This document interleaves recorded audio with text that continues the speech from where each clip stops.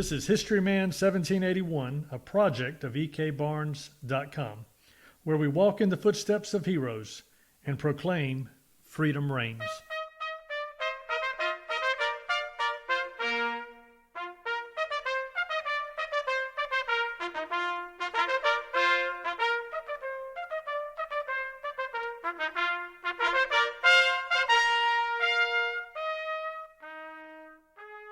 We are in the top of the Joseph Kershaw House in historic Camden, South Carolina. On today's podcast, we have L.T. Williamson, an everyday man talking about an everyday soldier in the Revolutionary War. Welcome, L.T. Thank you. Man, you have a fascinating story and stories, more than one, about your quest to locate and identify your ancestors from the Revolutionary War. Tell us, start us off with how you started this quest. Originally, I was looking to find ancestors, and I was fortunate to find a lady named Rose Marcum, who gave me all the information about the particular gentleman we're going to talk about today, Josiah Marcum. And I'd like to make sure I give her the credit for a lot of the research and information that we're going to be talking about today. That is fantastic. It is interesting. If you look hard enough, there's always a historian within the family somewhere that can tell you everything. Yeah, I think so. It sounds like someone who has a great deal of information for your family, and I know that was a great find for you. So tell us a little bit of how you started on this. How did you find her? How did this all transpire? Well, initially I started with my main surname, of course, of Williamson. And as I traveled through finding those ancestors, I decided to try to find the maternal lines, and that led me through the Marcum line. I did some research on Ancestry.com, and I saw where Rose had posted a considerable amount of information about this Josiah Marcum. And I asked her to share with me what she had, and we got to talking and was able to confirm that my direct ancestor was indeed Josiah Marcum through some of his his descendants. So where was he from? Actually, what I have is in Bedford County, Virginia, is the originating place.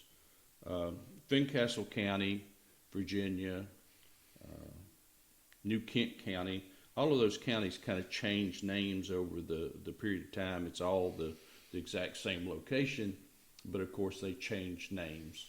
So we're showing him as Bedford County during that period of time was what the county was called. So Bedford County in Virginia is located on the western side of Virginia, is that correct? That's correct, yes. So we're talking about even west of Roanoke, we're Yes. talking over towards what is present day, it's West Virginia, Yes, yeah. and that sort of thing. The Fincastle area was kind of like a no man's land from a colonial standpoint. The British didn't even want Yes. that part because they were setting that aside for the Indian Yes. nations back there. They had and we'll talk a little bit about this, I'm sure, later on, but they had obviously the Cherokee up there. Mm-hmm. They had the Shawnee, Mm-hmm. right? Mingo. Yeah. And several other. Wyandotte. Right. And so that area, from a colonial standpoint, the British would come in and they would make these treaties with these Indians, and they tried to uphold those treaties. But what they had communities of people, especially the Scotch-Irish, and I know I'm talking too much here, but they would have the Scotch-Irish come down when they left England or they left Ireland because of all the religious factions and the issues going on over there. They came to Philadelphia and Charleston and came up the Great Wagon Roads and just kind of went west. Right. And Fincastle and areas that you're talking about were these areas where a lot of them settled in, and it became a place of contention. Well, the area there is very similar to what they had in Scotland, Ireland, Wales, and some of the Germans that were in there as well. Right. And this family has some ties to German ancestry as well. So about what time do you track your ancestor to being over there? This particular ancestor we're talking about was born in 1759. Okay. And he was, obviously his father already had a large estate there. So I don't have the actual birth date of his father, but he was one of the younger ones. So in the story that I have, he obviously had older brothers that stayed on the estate after the mother died. I see. But Josiah's mother died when he was 10. And his father it was just more than he could handle for a 10-year-old. And he seemed to be a bit of a wild spirit anyway. And his sister-in-law, I kind of get the impression his sister-in-law and his wife were very close. And when he made the decision that he couldn't handle him and he needed a mother, he sent him to live with his brother Thomas and his sister-in-law. I see. And during that time, he was bound as an apprentice to his uncle Thomas Marcum. I see. And it was in a way of putting some structure into Josiah's life and getting him on the path, so to speak. And Josiah had wanderlust and was a very rambunctious, adventurous young man, from what I understand. And being 10-year-old, he did not really enjoy being put in a situation of strict regiment. And he ran away several times and was brought back. And he eventually ran away for good. And he hooked up with some people that were already frontiersmen. And he became part of a camp that was part of the Lord Dunmar's war under Colonel William Campbell. He was following Captain Tate, and they obviously found him useful in the camp as a camp aide to the officers. And he was about what age at that time? He was about 15 at that time. Right, okay, all right. So he was a little too young to officially be called a soldier, and they basically took him under their wing and let him stay with them, travel with them. He fought with the group, or at least was with the group in battles against the Mingo and the Shawnee tribes. And he apparently became very familiar with quite a few of the officers under this William Campbell, who was a colonel. And this was all done under British rule. At that time, they were part of the Brits trying to clear certain areas of the Mingo and Shawnee so that the settlements could be created. I see. And it was a back and forth bit of war for some time. Then, sometime later, this William Campbell, that Josiah's life and William Campbell's life were intertwined for a number of years. And Josiah served as the aide, like I say, to several of the officers. And during Lord Dunbar's war, let me re-say that, Lord Dunbar's war, that's not an easy thing to say. They were under British governance. And then Colonel Campbell broke openly with the British government, and he established his revolutionary credentials in 1775. And Campbell was one of the 13 members of the local committee of safety to sign the Fincastle resolutions. So the Fincastle resolutions, do you know anything about those? It was the early expression to support armed resistance to the British Crown. Okay. I'm sure there's a lot more details to that I didn't follow into. Sure. If you don't mind, for our listeners, they had across the colonies, across the area, they had resolutions from a lot of different communities. They had the Mecklenburg resolutions, Fincastle resolutions. I think Wilmington had a group of about 25 to 40 that signed a similar type of resolution where they were all just kind of coalescing an idea of freedom, an idea of liberty. Among the signers of the Fincastle resolutions were a lot of the backcountry leaders, including Campbell, as you said, but also an Evan Shelby, who was the father of Isaac Shelby, who was also at some of these battles that, especially Kings Mountain, but very involved in the upstate.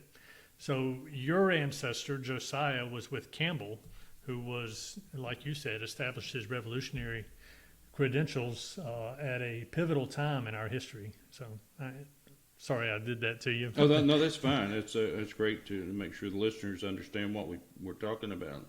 Campbell actually received a captain's commission in the Virginia Provisional Forces and was assigned to the 1st Virginia Provisional Regiment, and it was commanded by Patrick Henry. And this was in the autumn of 1776. Campbell found enough time away from soldiering.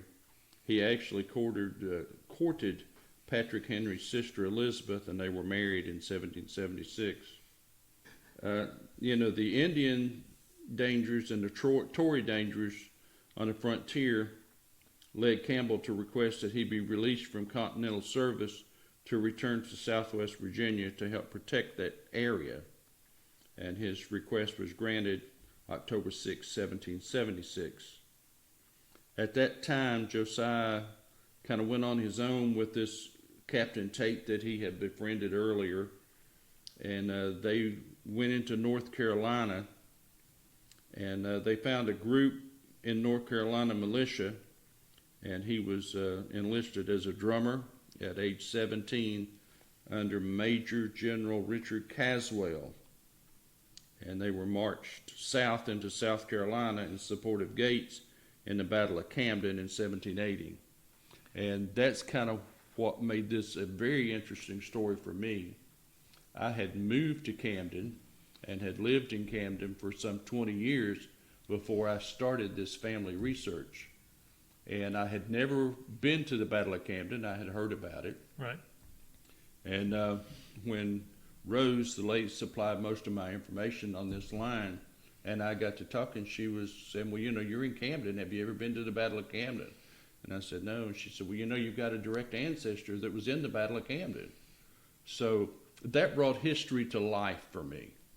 And as I started researching him, I thought it was very interesting that one of my ancestors had basically risked his life to free an area that would eventually become Camden, South Carolina, where I would come and raise a family and children and grandchildren and spend my life.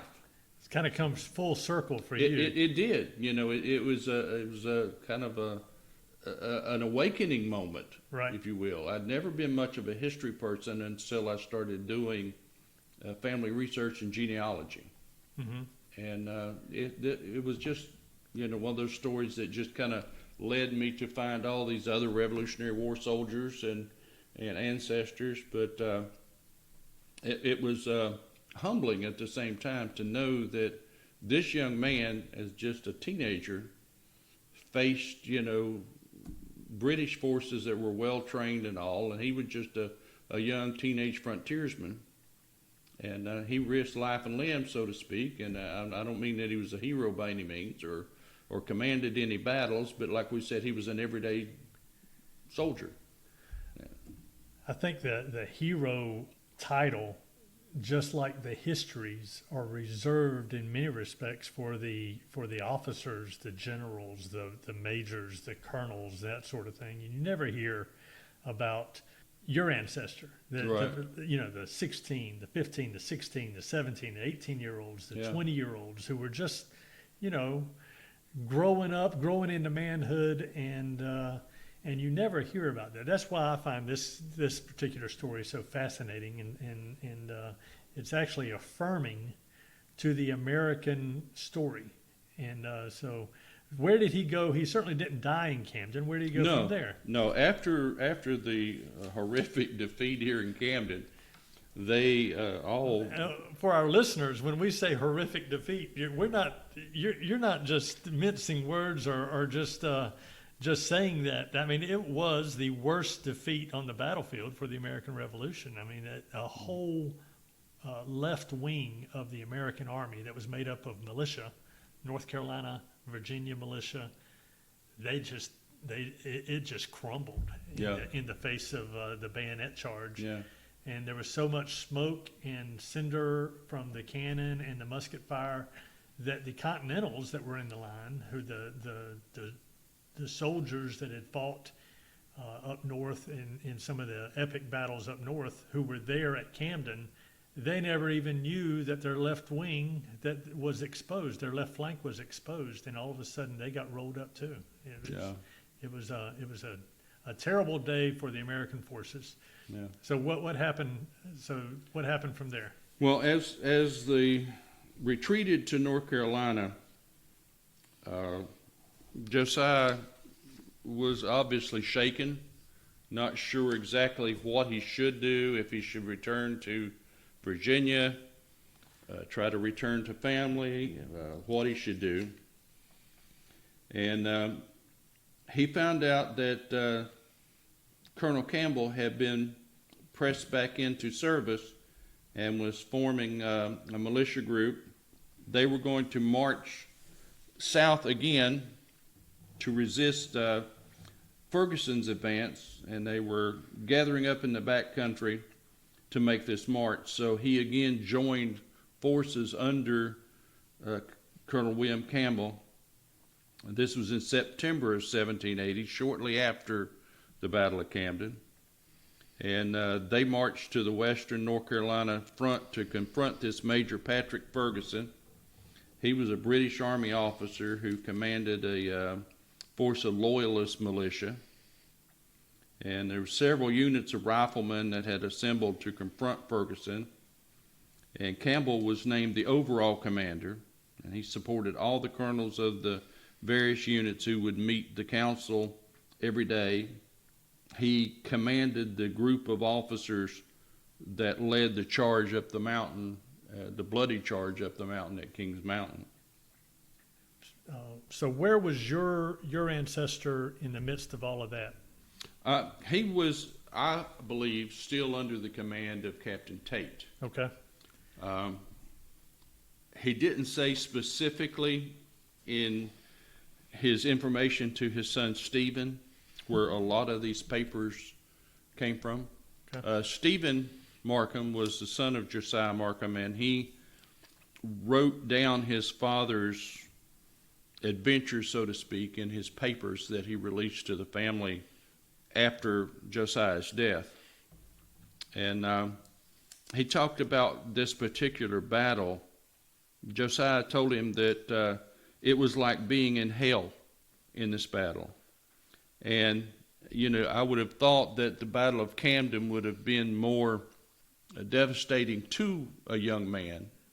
But there again, I don't know how much actual carnage he saw in the Battle of Camden, because there was such a hurried retreat and getting away from the British soldiers.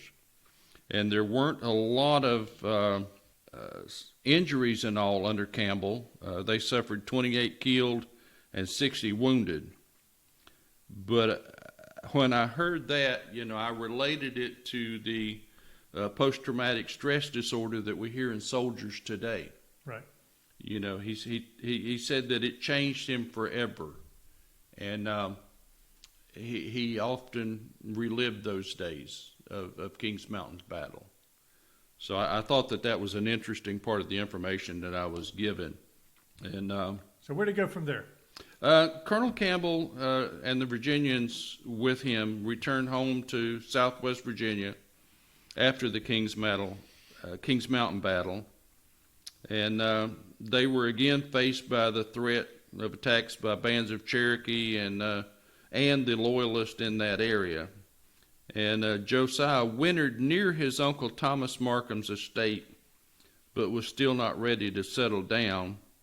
And when Nathaniel Greene reached out in all directions for reinforcements, which included a series of urgent requests to William Campbell to bring 1,000 mountain riflemen to his aid, he once again decided that that was his calling, and he joined up with Campbell again. So this is after Kings Mountain. Yes. This is after Cowpens. All Yes, right, the yes. turning point. Correct. He This was is- not in the Battle of Cowpens. Right. Right. So this is Cornwallis following Nathaniel Greene, and it's the race to the River Dan, Correct. and meets Nathaniel Greene at Guilford Courthouse. That's correct. And Greene, and you're saying that Greene sent out a message to Campbell, bring me some people, and your ancestor was one of those guys that came. That's correct. He had asked, Greene had asked Campbell to supply 1,000 riflemen, and due to some of the things that were going on in their homeland with the Shawnee, the Cherokee, and the Mingo, plus the Loyalists in that area, Campbell was not able to provide 1,000 men, and he was only able to bring 60 men to reinforce Greene. And this was in 1781, like you said, at the Battle of Guilford Courthouse. So March 1781. Mm-hmm. So we're talking just after winter, probably the first break of frost, that sort of thing, and a lot of these guys are needing to put the crops in and that sort of thing. So that's interesting. Okay, then what? The group arrived and they had a skirmish at a place called Wetzel's Mill, and 2 days later they were united, and Greene had them assigned to something called the Corps of Observation, and that was with Light Horse Henry Lee. They participated in the Battle of Guilford Courthouse on March 15, 1781. After those initial battles, Campbell and Lee reunited on the left flank of the army, where they became separated for a time. You said the left bank of the army. What the left flank? Left flank I'm of the assuming army. that Yeah. it was the left flank of Greene's army. Okay. And they had this Corps of Observation. I have not found a lot of information about that. Okay. Apparently, it seems that it was like a reconnaissance group. That's my speculation, a military speculation, that it's a reconnaissance group. Okay. And they had some minor skirmishes and would fall back, and eventually were reunited on the left and joined the left flank of the battle. Greene and his army retreated. The Brits claimed victory, but it was a very devastating victory for them, and it was kind of retaliation for the Battle of Camden. I feel like, it gave them an opportunity to lay away a lot of British soldiers, and it really impacted Cornwallis's troops. Of course, they went to Yorktown from there. Yes. And he was, if I recall correctly, Cornwallis suffered another third or fourth of his army was just decimated, and he was already struggling for supplies, and he needed to hook up with his counterparts in the north, and they were hoping to do that at Yorktown. So he skedaddled over to Yorktown, and of course that was the end of him there. Did your ancestor follow him to Yorktown? No, he did not. He stayed with Campbell, and after that battle, they moved back into Virginia. Okay. For support against the Mingo and the Shawnee, and the protecting the western front, if you will. Greene had been so impressed with Campbell's men that came to support him that he gave him a lot of public praise, and he personally wrote Campbell to congratulate him and thank him for his contribution, that he gave his group permission to return home. So they retreated back to the confines of Virginia mountains, and that's where Josiah ended his military career at age 22. He had been given his discharge at Hillsborough, North Carolina. He moved back into the mountains there of Virginia and started his part of claiming the grounds and the lands and stuff there that eventually became West Virginia. And what we know about some of this historical record, some of these soldiers, you never hear anything more about them. Right. I mean, the only reason we know anything about him is because of the pension records. That's correct. And that didn't come around till the 1800s, Yes, right? yes. So, I mean, He was in his 70s or late 60s, I believe, when he applied for his pension. And because of the way he was involved and never actually formally signing an enlistment, being assigned to certain groups or whatever, it was very difficult for him, and I get the impression a lot of others, to receive this pension. And his son Stephen helped him with preparing this, and there was some confusion about just exactly what he did do, when he did it, but on his pension, he was granted his pension. So he was able to find enough people to attest that they had seen him at different battles. One of them, he was a wagoneer, they said. Another one said he was playing the drums. That's the thing that we seem to be confirmed, that he actually did serve in the Battle of Camden as a drummer. Quickly, like I say, retreated and found out very quickly that having a gun would be a lot more valuable than having a drum. And apparently he was a lot better with a gun than he was a drum. well, you had said before, wasn't he he was apprenticing for a gunsmith? Yes. His uncle, Thomas Marcum, was a gunsmith and a blacksmith. And he was a very strict and stern uncle, and was trying to teach him that. So obviously he learned something, because he eventually did become a very renowned gunsmith in his later years after he retired, and was very well known for his blacksmith skills. And he was known as the Vulcan of the Big Sandy. The Vulcan of the Big Sandy. Yeah, and that title has always been interesting to me. That it's on the Big Sandy Fork of the Tug River, near a place called 12 Pole Creek, West Virginia. Very good. And it's also known as the left fork of 12 Pole. And that's where my Williamson line pretty much originated, that tied into the Marcum line. Well, It's a very backwoods part of West Virginia. Well, thank you so much for that great story of an everyday soldier in the Revolutionary War.